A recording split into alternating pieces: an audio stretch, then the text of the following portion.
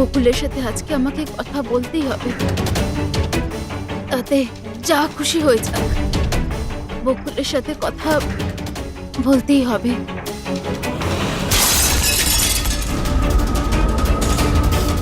বাড়িতে তো কেউ নেই, তাহলে এই আওয়াজ কিসের?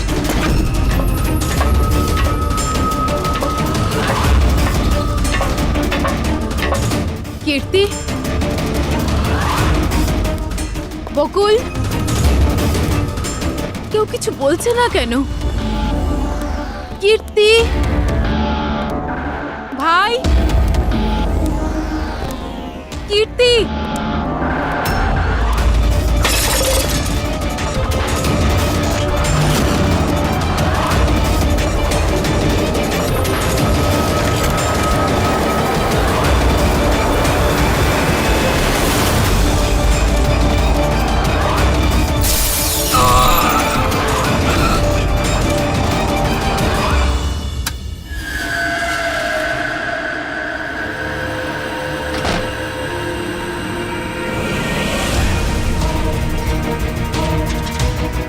দাদার সুটকেস? দাদা ব্যাঙ্গালোর যায়নি বুঝি?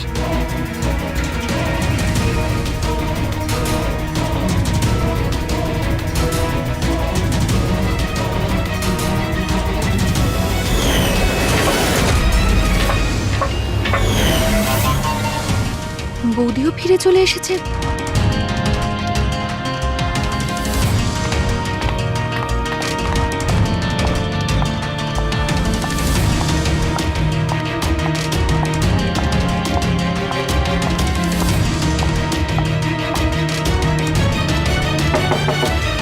দাদা, বকুলদা, দাদা তুই ব্যাঙ্গালোর যাসনি? বৌদি,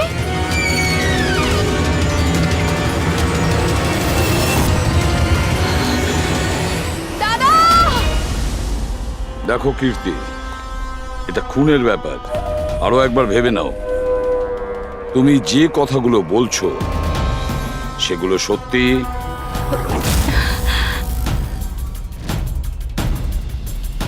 স্যার আপনি, আমাদের মনে হচ্ছে না এই ব্যাপারটা সত্যি। আপনার মনে হওয়া না হওয়াতে কিছু এসে যায় না। যখন আপনাকে কিছু জিজ্ঞাসা করা হবে তখনই বলবেন। হতে পারে ও সত্যি বলছে, কি জানি। আমি পাগল নই, আমি সম্পূর্ণ সুস্থ। আমি বলছি তো আপনাদের, আশিকা বৌদি নিজেই বলেছে বৌদি নিজে দাদাকে খুন করেছে।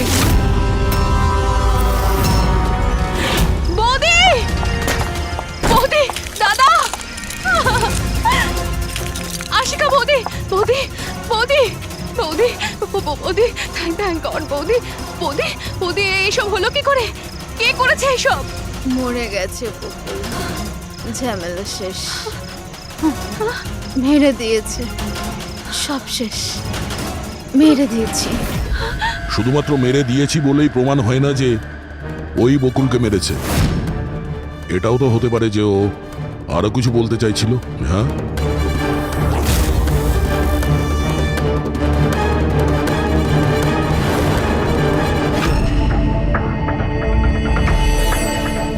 একটা কথা বলো, বকুল যখন খুন হয় তখন তোমরা সবাই কোথায় ছিলে? কোথায় ছিলে তোমরা? আমি আর নিতিন তো এক বন্ধুর বিয়েতে খান্ডালা গিয়েছিলাম। কীর্তির ফোন এলো আর আমরা তাড়াতাড়ি চলে এলাম। আমার বিজনেস মিটিং ছিল হোটেল কিটসে, ওখানে একজন ক্লায়েন্টের সঙ্গে ডিনার ছিল। নিতিনের ফোন পাওয়া মাত্র আমি এখানে চলে আসি। আর আপনি কীর্তি, আপনি কোথায় ছিলেন? আমি তো বাইরে গেছিলাম। কীর্তি বাইরে গিয়েছিল, কাকাবাবু ক্লায়েন্টের সঙ্গে মিটিং এ ব্যস্ত ছিলেন, আর আপনারা দুজন খান্ডালা গিয়েছিলেন। আর সেই সময়ে বকুল আর আশিকা বাড়িতে একাই ছিল, তাই তো? বকুলদারও তো ব্যাঙ্গালোর যাওয়ার কথা হয়েছিল, দাদার 11টার ফ্লাইট ছিল, আর আশিকা বৌদি তো পার্টিতে গেছিল। আপনারা কেউ বাড়িতে ছিলেন না, তাহলে ব্যাঙ্গালোর যেতে গিয়ে বকুল ফিরে এলো কেন? আর এই আশিকা ও পার্টি থেকে ফিরে এলো কেন? সেটা আপনি গিয়ে আশিকা বৌদিকে জিজ্ঞাসা করুন না যে বৌদি এত তাড়াতাড়ি কি করে ফিরে এসেছিল। বৌদি তো এটা বলে গেছিল যে বৌদি সকালে ফিরে আসবে। ওটা তো আমরা ওনাকে জিজ্ঞাসা করবই। এবার আপনি বলুন যে আপনি কোথায় ছিলেন তখন? আমার মা তো ব্যান্ড্রায় থাকে। আমার মায়ের হঠাৎ ফুড পয়জনিং হয়েছিল, আমি তো মায়ের কাছে ছিলাম, আর ওখান থেকে ফিরেছিলাম আমি। বাহ দয়া, প্রতিটা কথা এক্সপ্লেনেশন আছে। যে বকুলের খুনের সময় আমি ওখানে ছিলাম, এখানে ছিলাম, আমি ওখানে গিয়েছিলাম, সবকিছুর ব্যাপারে এক্সপ্লেনেশন আছে। কিন্তু সবাই মন দিয়ে শুনুন একটা কথা, যে সিআইডির কাছে কোনো সত্যি বেশিক্ষণ গোপন রাখা যায় না, সেটা সামনে আসবেই।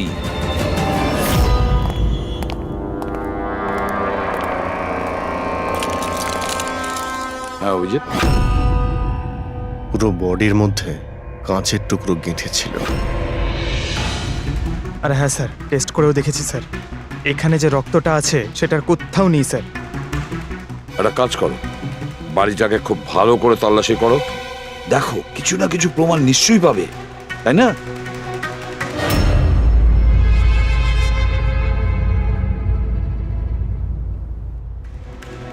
কিছু বললো কি? স্যার, ওর বক্তব্য ওর কিছুই মনে নেই। কিছু মনে নেই? আশিকা, তোমার কি মনে পড়ছে তুমি কীর্তিকে জ্ঞান হারানোর আগে কিছু বলেছিলে? মনে করো। আমার কিছুই মনে পড়ছে না। মনে করার চেষ্টা করো। কীর্তি বলছিল যে বকুলের খুন তুমি করেছো, এরকম তুমি নিজে ওকে বলেছো। কীর্তি মিথ্যে কথা বলছে। বকুলকে আমি মারিনি।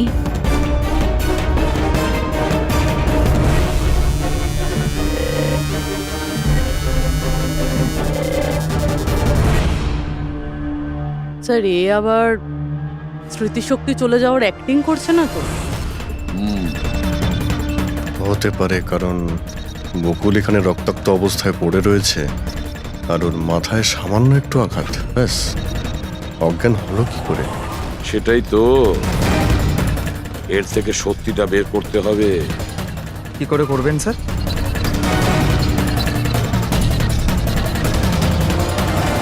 সত্যি কথাটা বলিয়ে নেব নার্কো টেস্টের মাধ্যমে।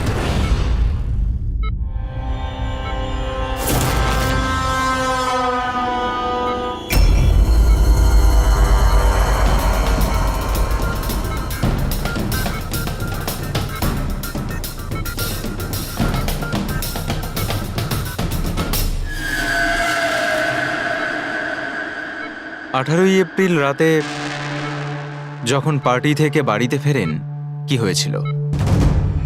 আমি বাড়িতে ঢুকলাম, বকুল চিৎকার করছে। তারপর কি হয়েছিল? তারপরে আমি ঘরে গেলাম দেখার জন্য। কি দেখলেন আপনি? আমি গিয়ে দেখলাম যে বকুল ওখানে দাঁড়িয়ে আছে, ওর পিঠ থেকে রক্ত বেরোচ্ছে, আর আমি ওখানে একটা মেয়ের লাশ পড়ে আছে সেটা দেখতে পাই।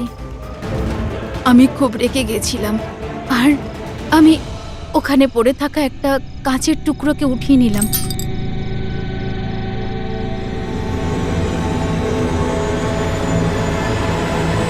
আর আমি বকুলকে মেরে দিলাম।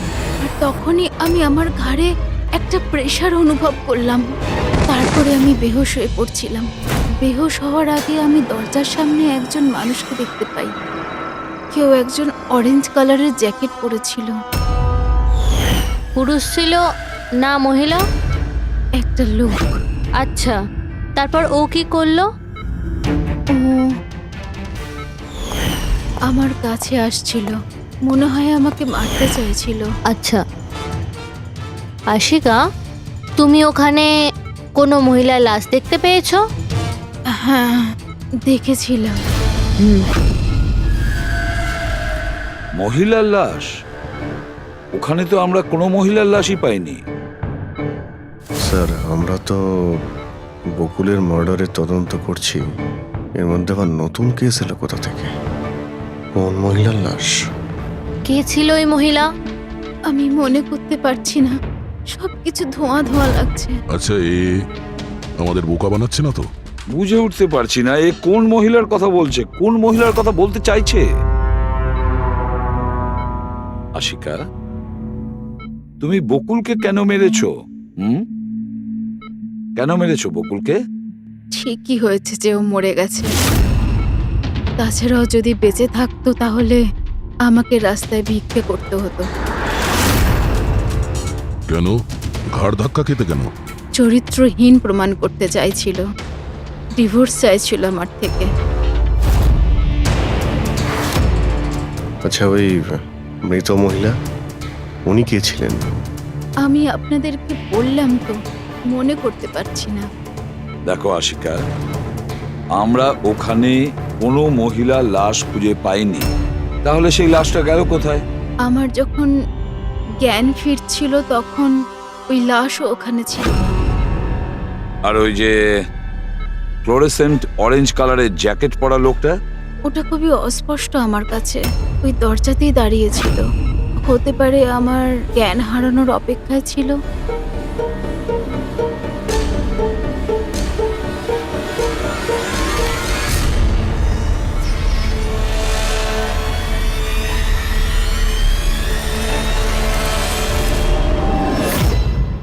এখন আশিকা ওটাই বলছে যেটা ওর মনে হচ্ছে, কিন্তু টেস্টে আশিকা সবটা সত্যি বলেছে। Thank you. ওয়েলকাম।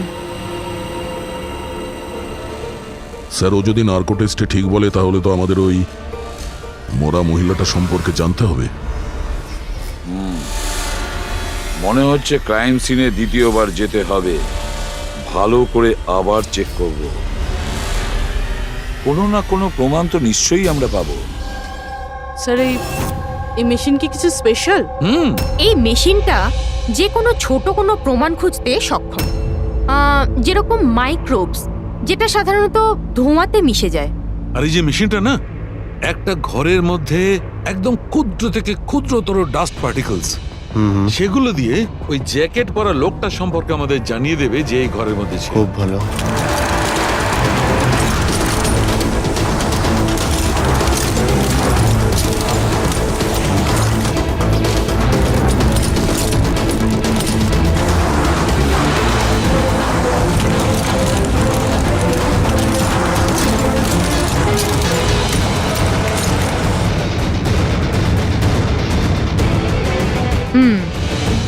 এই দেখুন, যেটা আমাদের নজর এড়িয়ে গিয়েছিল সেটাই মেশিনটা খুঁজে দিল।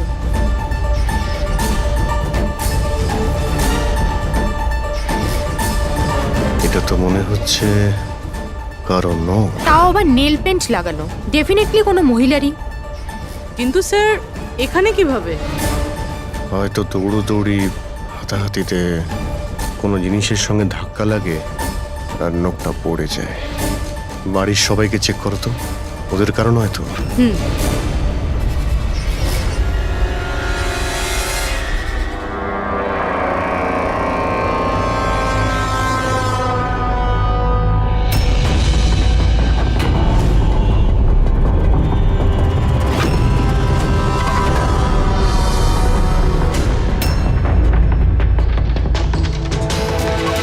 স্যার হ্যাঁ, ওই বাড়ির তো কারণ নয়, হয়তো ওই মহিলার হবে যার লাশ আশিকা দেখেছিল। তাই তো মনে হচ্ছে।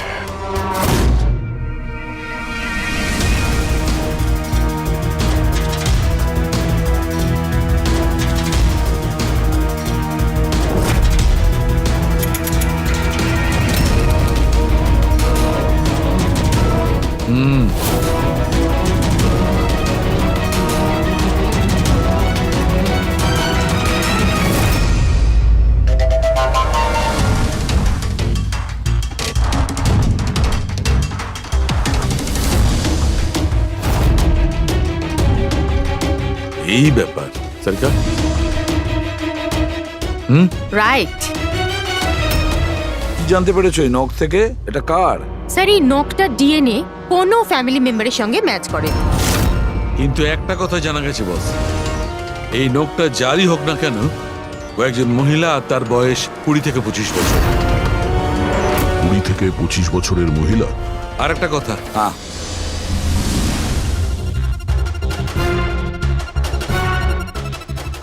এই যে ছোট্ট ছোট্ট সাদা টুকরোগুলো দেখতে পাচ্ছ, এটা এটা বলতে পারো যে হাই পার্সেন্টেজ অফ নখ থেকে পেয়েছি। এই মেয়েটা ড্রাগ এডিক্ট ছিল? হ্যাঁ, এটা ওদের পরিবারের কারণ নয়, বাইরের কারণ। স্যার, তার মানে যদি কেউ বাইরে থেকে আসে তাহলে কোনো গাড়ি, অটো বা ট্যাক্সি করেই নিশ্চয়ই আসবে। হ্যাঁ, খোঁজ নিয়ে দেখতে হবে রিক্সাওয়ালা, ট্যাক্সিওয়ালা বা ওদের মতো কেউ ওই মহিলাকে বাড়িতে ছেড়ে দিয়ে এসেছিল কিনা। স্যার, ওই আশিকা বলছিল কোনো সাফাই কর্মী অরেঞ্জ কালারের জ্যাকেট পরেছিল ওখানে। বেহুশ হওয়ার আগে আমি দরজার সামনে একজন মানুষকে দেখতে পাই। কেউ একজন অরেঞ্জ কালারের জ্যাকেট পরেছিল। ও কে, কোথা থেকে এসেছিল, কোথায় উধাও হয়ে গেল, ওর ব্যাপারে খোঁজ নিতে হবে। স্যার, যত ড্রাগ পেডলার্স আছে ওদের কাছে জানতে হবে যে কত মহিলা এই হাই ডোজের ড্রাগস নেয়। অভিজিৎ, একটা কাজ করো, রিক্সাওয়ালা আর ট্যাক্সিওয়ালার কাছে খোঁজ নাও যে ওনাকে বাড়িতে ছেড়ে দিয়ে এসেছিল কিনা, আর মিসিং পার্সনস রিপোর্ট চেক করো। আর দয়া, স্যার, শহরে যতগুলো ড্রাগ পেডলার আছে না, সবার কাছে গিয়ে খোঁজ নাও, দেখো ওরা এমন কোনো মহিলাকে চেনে কিনা যে হাই কোয়ালিটির ড্রাগ ব্যবহার করে। আর আমরা গিয়ে ওদের বাড়ির লোকের সঙ্গে কথা বলি, দেখা যাক ওরা কোথায় যায়, কি করে ওই ঘটনার সময়।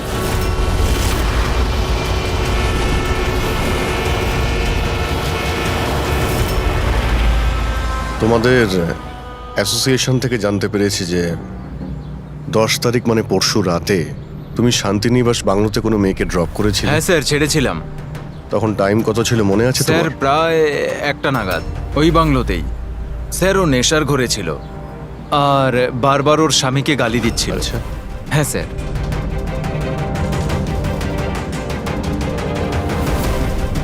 ওই মেয়েটা কি এ ছিল? হ্যাঁ স্যার, এই মেয়েটা ছিল। ওখানে বাংলোর আশেপাশে কোনো গন্ডগোল হয়েছিল কি? না স্যার, গন্ডগোল তো কিছু মনে হয়নি, সবকিছু নর্মালি ছিল। আর একটা গাড়ি দাঁড়িয়ে ছিল, একটা বাইক, আর একটা গার্বেজ ভ্যানও ছিল। Garbage van? হ্যাঁ sir. Sir sir sir sir sir sir, আমিও পরশুদিন একজন মেয়েকে শান্তিনিবাস বাংলোর কাছে নামিয়েছিলাম। কটার সময়? স্যার, সম্ভবত 12:30 নাগাদ। আর তুমি একটা সময় নামিয়েছিলে? হ্যাঁ স্যার। আচ্ছা, দেখো তো সেটা কি এই মেয়েটা? না না স্যার, এই মেয়েটা তো নয়। তাহলে একে তুমি একটার সময় নামিয়েছিলে আর 12:30টার সময় যে মেয়েটাকে তুমি নামিয়েছিলে তাকে আবার দেখলে তুমি চিনতে পারবে? একদম স্যার, নিশ্চয়ই চিনে ফেলবো। গুড, চলো। তোমাদেরকে যে যে প্রশ্ন করব তার সঠিক উত্তর আমার চাই। তুই যদি কেউ মিথ্যে বলো না, তাহলে ভীষণ মুশকিলে পড়ে যাবে, বুঝেছো?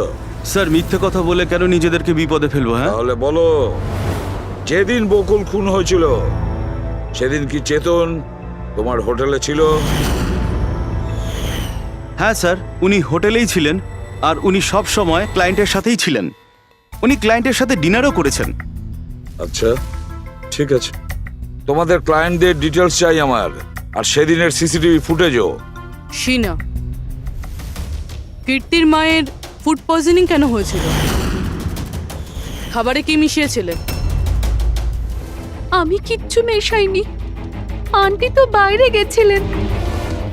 যখন যখন উনি ফিরে এসেছিলেন, ওনার শরীরটা ভালো ছিল না।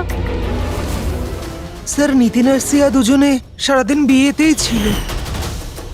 জিজ্ঞেস করার আগে বলছো, মুখস্থ করে এসেছো নাকি? না ম্যাম, যেটা সত্যি সেটাই বলছি। 11টার সময় ফাংশন শেষ হয়ে গেছিল। এরপরে বাকি রইল নিতিন আর শিয়া। ওরা কোথায় গিয়েছিল? স্যার, ওরা মনে হয় নিজেদের রুমে চলে গেছিল।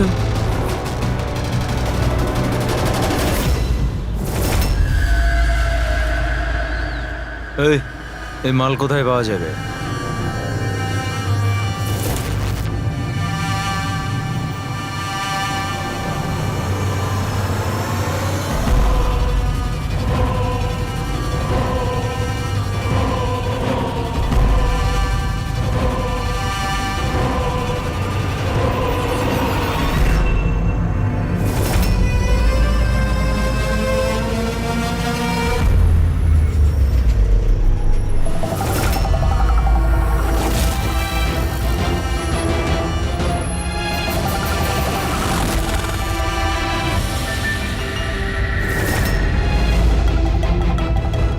মাল চাই।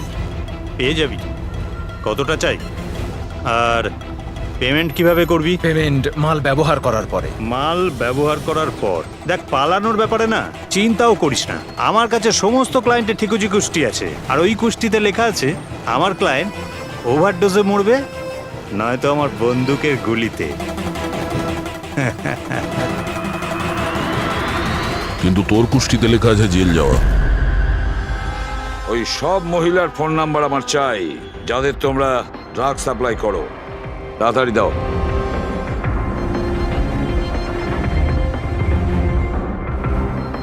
পুরবি, দেখো তো একটু কল করে এই সব নম্বরে। দেখো কেউ আবার উধাও হয়ে যায়নি তো।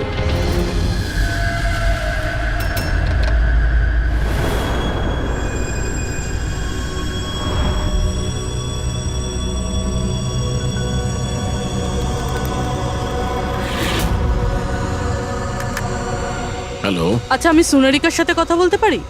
দেখুন, ও তো দুদিন ধরে কাজে আসছে না। কি? এ নিয়ে তো আমাদেরও চিন্তা হচ্ছে। 2 দিন ধরে? ঠিক আছে, থ্যাংক ইউ স্যার। হ্যাঁ স্যার, ডায়েরিতে যে ছবিগুলো ছিল ওর মধ্যে থেকে এই মেয়েটা নিখোঁজ। এই মেয়েটার নাম সোনারিকা, আর এ একটা বারে কাজ করে। ও 2 দিন কাজে যায়নি। একে দেখে বলো তো, এ কি তোমার ক্লায়েন্ট ছিল? হ্যাঁ স্যার। তুমি কি এই মেয়েটাকে নামিয়েছিলে? হ্যাঁ স্যার, এই ছিল, এই মেয়েটাই। আশিকা নিশ্চয়ই একে দেখেছিল। বকুলের ফ্যামিলির সবাইকে ভেতরে নিয়ে এসো। একটু মন দিয়ে দেখুন এই ফটোটা। এই সেই মেয়েটা যার লাশ আপনাদের ঘরে পাওয়া গেছে। আপনারা চেনেন নাকি? হ্যাঁ না স্যার। আমি দেখেছি স্যার, বকুল তার সাথে 2 মাস আগেই। বকুলের সঙ্গে দেখা হয়েছিল 2 মাস আগে? কোথায় দেখেছিলে? একটা হোটেলের বাইরে। আর দাদা বলেছিল ইনি দাদার ক্লায়েন্ট। স্যার, কোনো ড্রাগ অ্যাডিক্টেড বারে কাজ করা কোনো মহিলার সঙ্গে বকুল ছিল, আর এনাদের বলেছে ওই মহিলা ওর ক্লায়েন্ট। কেন কেন মিথ্যে বলেছে ও?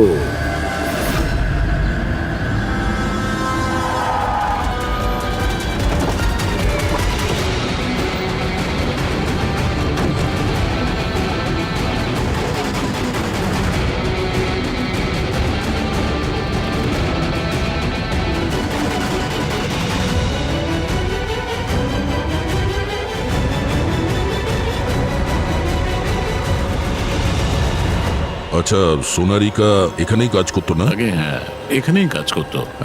আপনারা কে? সিআইডি। সোনারিকা খুন হয়ে গেছে। সে কি? এই জন্যই 2 রাত্রি ধরে ও কাজে আসছে না। হ্যাঁ, কিন্তু আমরা ওর লাশটা পাইনি। আর সাথে সাথে এর নাম বকুলেও খুন হয়েছে। আমরা এটা জানতে চাই যে সোনারিকার সঙ্গে এই বকুলের কি সম্পর্ক ছিল? সম্পর্ক কি ছিল তা তো জানি না, তবে হ্যাঁ, এই লোকটা কখনো কখনো আমাদের বারে ওকে নিতে আসতো। এ ব্যাপারে আরো কিছু খবর আপনাদের তেজি দিতে পারবে স্যার। এই তেজিটাকে? স্যার, এই হলো তেজি। তেজি, সোনারিকা তোমার বন্ধু। এটা বলো যে এই লোকটার সঙ্গে সোনারিকার কি সম্পর্ক ছিল? স্যার, সোনারিকার সাথে বকুলের অ্যাফেয়ার চলছিল। বকুল ওর সমস্ত এক্সপেন্সিভ খরচগুলো দিত, কিন্তু ওর বকুলের বিরুদ্ধে সবসময় কোনো না কোনো অভিযোগ থাকতো। ঠিক কিরকম বলো তো? ওই তো, যেমন ধরুন,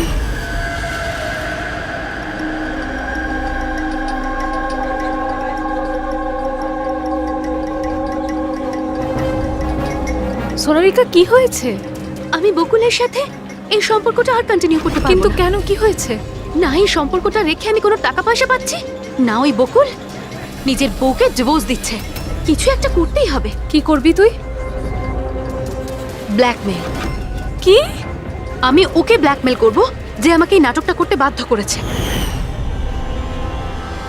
তাহলে কেউ সোনারিকাকে টাকা দিচ্ছিল বকুলের সাথে ভালোবাসার নাটক করার জন্য। মাস্টারমাইন্ড তাহলে অন্য কেউ? হ্যাঁ, আর ওই মাস্টার মাইন্ডই প্ল্যান করে এই সোনারিকা আর বকুলকে মেরে দিয়েছে। কিন্তু আশিকার ওখানে আসা প্ল্যানের মধ্যে ছিল না। বুঝে উঠতে পারছি না যে এই বকুল নিজের ফ্লাইট ছেড়ে বাড়ি কেন ফিরে আসলো। আর স্যার, খুনি যদি বকুলের গার্লফ্রেন্ডকে মারতেই চেয়েছিল তাহলে অন্য কোথাও মারতে পারতো, ওই বাড়িতেই কেন মারতে গেল? হতে পারে খুনি প্রথম থেকেই জানতো যে বকুলের বাড়িতে কেউ নেই, সেই কারণেও মিথ্যে কথা বলে সোনারিকাকে ওখানে ডেকেছে, আর সেই সময় বকুল আর আশিকা ওখানে পৌঁছে গেছে। এটা হতে পারে, কিন্তু স্যার লাশটাকে ঘরের বাইরে কোথায় নিয়ে যেতে পারে আর কিভাবে? কারণ বকুলের বাড়ির সমস্ত গাড়ি তো আগে থেকেই বাইরে ছিল। তা উনি যদি চাইতো তাহলে লাশটাকে টুকরো করে ওর সুটকেসে নিয়ে যেতে পারতো, বা লাশটাকে টুকরো করে প্লাস্টিকে ভরে ডাস্টবিনেও ফেলে দিতে পারতো। ওই যে ডাস্টবিনগুলো আছে না বাইরে। হ্যাঁ স্যার। একটা গাড়ি দাঁড়িয়েছিল, একটা বাইক, একটা গার্বেজ ভ্যানও ছিল। কি রাত্রি 1টার সময়? রাত্রি 1টার সময় বাংলোর বাইরে ময়লার গাড়ি দাঁড়িয়ে ছিল? তার মানে স্যার এই খুনটা প্ল্যান করা ছিল। খুনি গার্বেজ ভ্যান নিয়ে এসেছিল লাশটাকে সরিয়ে ফেলার জন্য। আর স্যার এই ফ্লুরোসেন্ট অরেঞ্জ কাপড় গার্বেজ ভ্যানের লোকেরাই তো পরে। স্যার, হ্যাঁ, চেতন যেই কোম্পানির বিজনেস ডিনারে গিয়েছিল এই নামে কোনো কোম্পানিই নেই। আমার বিজনেস মিটিং ছিল হোটেল কিটসে। আর কীর্তির মা বাইরের কিছুই খায়নি। আমার মা ব্যান্ড্রয় থাকেন। মায়ের হঠাৎ করে ফুড পয়জনিং হয়েছিল, আমি তাই মায়ের কাছে আবার একবার ফুড পয়জন হোক কেমন? ঠিক আছে, এটাও জানা দরকার যে যে রাতে বকুল আর ওই মেয়েটা খুন হয়েছে ওই রাতে খান্ডালা থেকে কোনো ট্যাক্সি বা প্রাইভেট কার বাংলোতে এসেছিল কিনা। তোমার মায়ের রোগের ব্যাপারে সত্যি সত্যি বলো। ওনার মেয়ের শিনার কথা অনুযায়ী ওনার এই অবস্থা ঘরের খাবার খেয়ে হয়নি। হ্যাঁ, এটা সত্যি। মা ঘরের কোনো খাবার খায়নি, বরং মা তো আমাকে বলছিল যে মা ড্রাইভারের সাথে কোথাও বাইরে গেছিল আর কারে বসে কিছু ওষুধ খেয়েছিল। ওষুধ খেয়েছিল? হ্যাঁ, আমাদের ড্রাইভার অমনও তাই বলছিল। তোমাদের ড্রাইভার এখন কোথায়? স্যার, আমি সমস্ত ড্রাইভারদের নিয়ে এসেছি যারা গার্বেজ ভ্যান চালায়।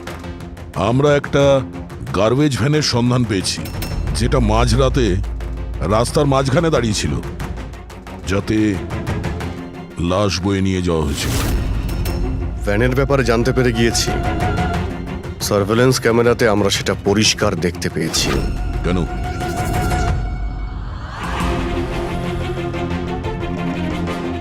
তুমি না ওই ভ্যানের ড্রাইভার? না না স্যার, আমি কিছুই জানি না। আমার ভাই নিয়ে গেছিল ওই ভ্যানটাকে, আর এবারে ও সেটাকে কোথায় নিয়ে গেছিল, কেন নিয়ে গেছিল আমাকে কিছুই বলেনি ও স্যার। ফোন করো কেউ? হ্যাঁ স্যার। হ্যাঁ হ্যালো, হ্যাঁ ভাই কোথায় আছিস রে তুই?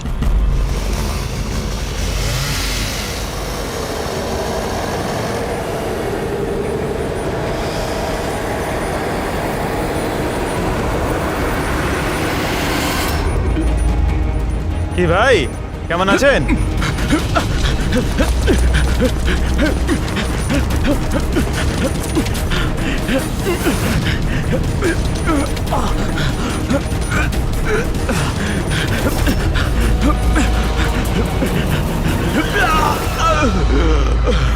স্যার, আমি সব সত্যি কথা বলছি। আমি যা কিছু করেছি ওই ফোন কলের ভিত্তিতেই করেছি।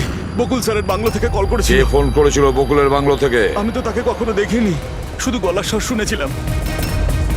মহিলা ছিল না পুরুষ? স্যার, কখনো কখনো মহিলার গলার স্বরে ফোন আসতো, আর কখনো পুরুষেরও। স্যার, সে যেই হোক না কেন, সে বকুলের বাড়ির লোকই। কিন্তু তুই এগুলো করেছিস কেন? কেউ ফোনে কিছু বলে দিল তুই করে দিবি? হ্যাঁ স্যার, আমাকে লোভ দেখানো হয়েছিল যে আমার 5 লাখের দেনা শোধ করে দেওয়া হবে যদি ওনার কথা আমি শুনি। তো স্যার, আমি লোভে পড়ে গিয়েছিলাম স্যার। আমি কোনো খুন করিনি স্যার, আমি শুধু লাশটার একটা ব্যবস্থা করেছিলাম স্যার। লাশ কোথায়?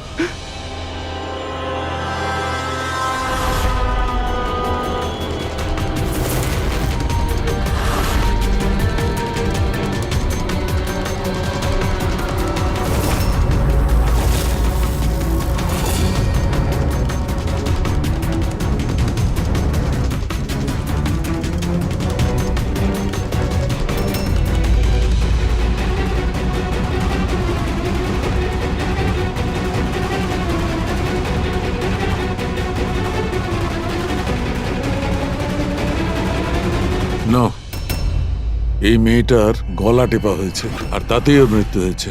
এই জন্য এর খুনের কোনো চিহ্ন খুঁজে পাওয়া যায়নি ক্রাইম সিন থেকে। আর এর পায়ের বুড়ো আঙ্গুলের নখটাও ভাঙা রয়েছে।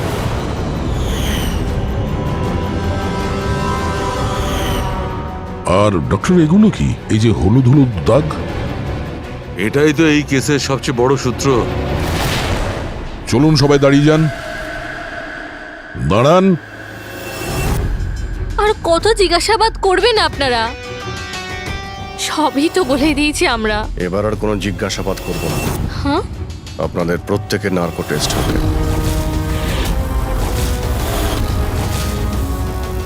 Narco test? কিন্তু কেন? কারণ আপনাদের মধ্যে কেউ যে সত্যিটা বলছে না। আপনাদের কাছে কোর্টের পারমিশন আছে এই নার্কো টেস্টের জন্য? হ্যাঁ, পারমিশন ছাড়া আমরা কিচ্ছু করি না।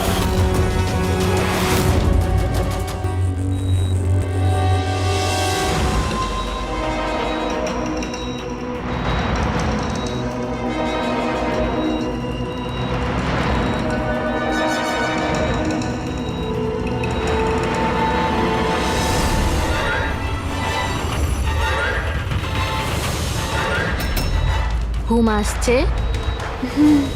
যা আমি আপনাকে বলবো তার সঠিক সঠিক উত্তর দেবেন, ঠিক আছে? সোনারিকাকে আপনি চেনেন? বকুলের যে অ্যাফেয়ার ছিল ওর সাথে, এটাও জানতেন আপনি? হ্যাঁ, আমার দুজনকেই সন্দেহ হতো। তাহলে আশিকাই কি ওকে খুন করেছে? আশিকা তো সোনালিকাকে চিনতই না, তাহলে খুন কি করে করবে? আপনার এখন ঘুম পাচ্ছে? সোনারিকাকে আপনি চেনেন? না।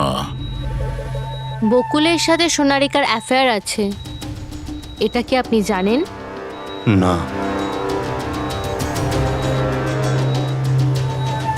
তাহলে আশিকাই কি ওকে খুন করেছে?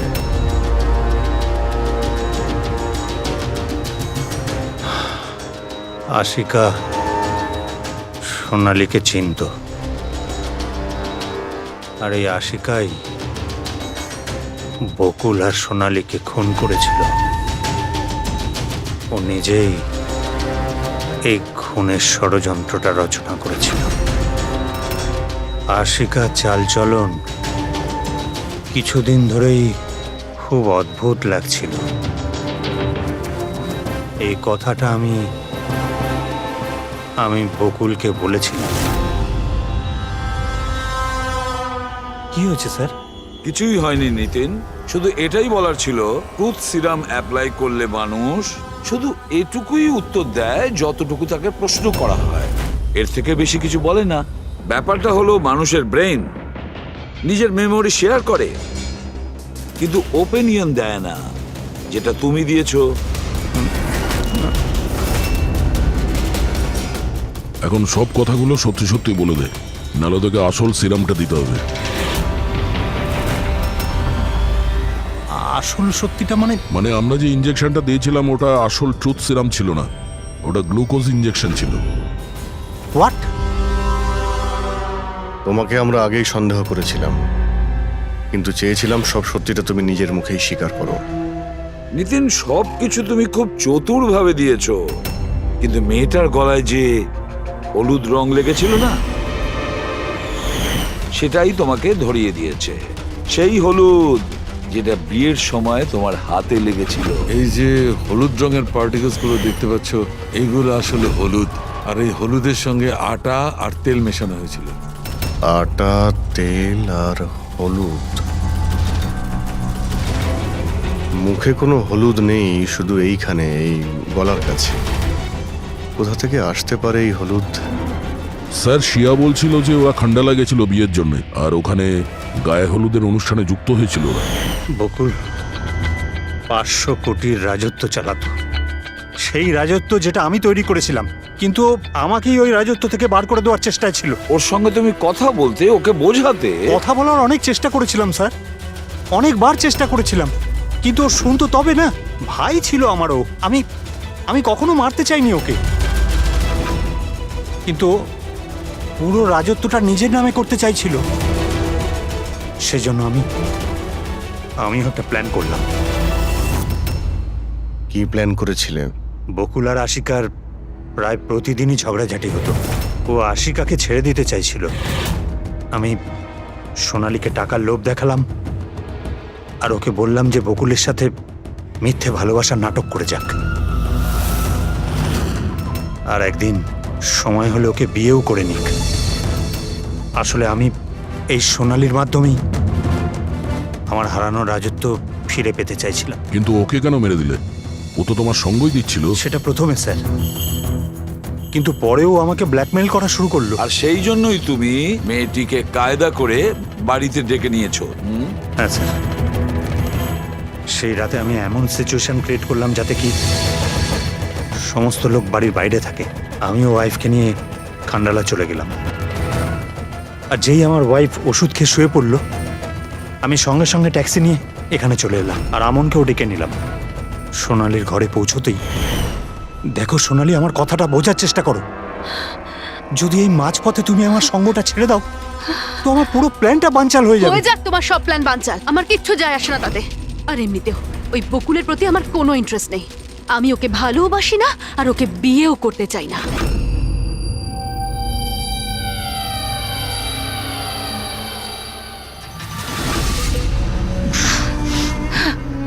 দেখো, যদি তুমি আমাকে সঙ্গ না দাও না তো খুব পস্তাবে বলে দিলাম। হুমকি আমি দিচ্ছ তুমি আমাকে?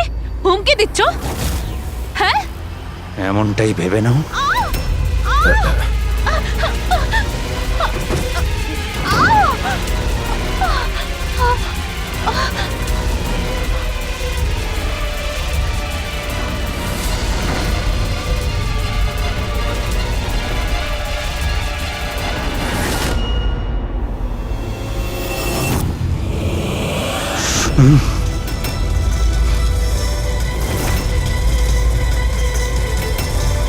দাদা, বকুল, এটা কি করলে তুমি? না না, এই সোনালী আমাকে ফাঁসানোর চেষ্টা সোনালী, করছে। আমি পুলিশকে ফোন করব। আমি এখনই ফোন করছি। বকুল!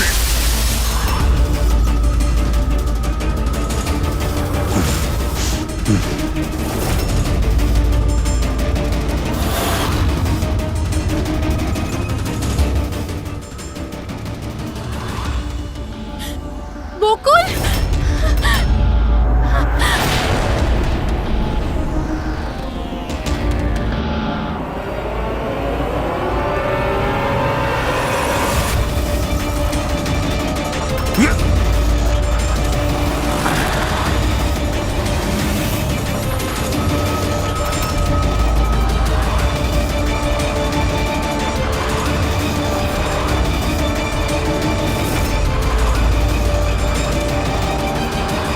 আমি অমনকে ফোনে প্রথমেই বলে দিয়েছিলাম সোনালীর লাশটা একেবারে সরিয়ে ফেলতে, আর ও একেবারে সেই কাজটাই করেছিল। টাকার লোভে পড়ে তুমি এতটাই অন্ধ হয়েছিলে যে নিজের সম্পর্কটাই ভুলে গিয়েছিলে। নিজের ভাইয়ের প্রাণটা নিয়ে নিয়েছো, আর তার উপরেও নিজের সঙ্গী মেয়েটিকেও খুন করলে তুমি। আইন তোমাকে কোনোদিন ক্ষমা করবে না। কঠোরতম শাস্তি হবে তোমার, হয়তো ফাঁসি।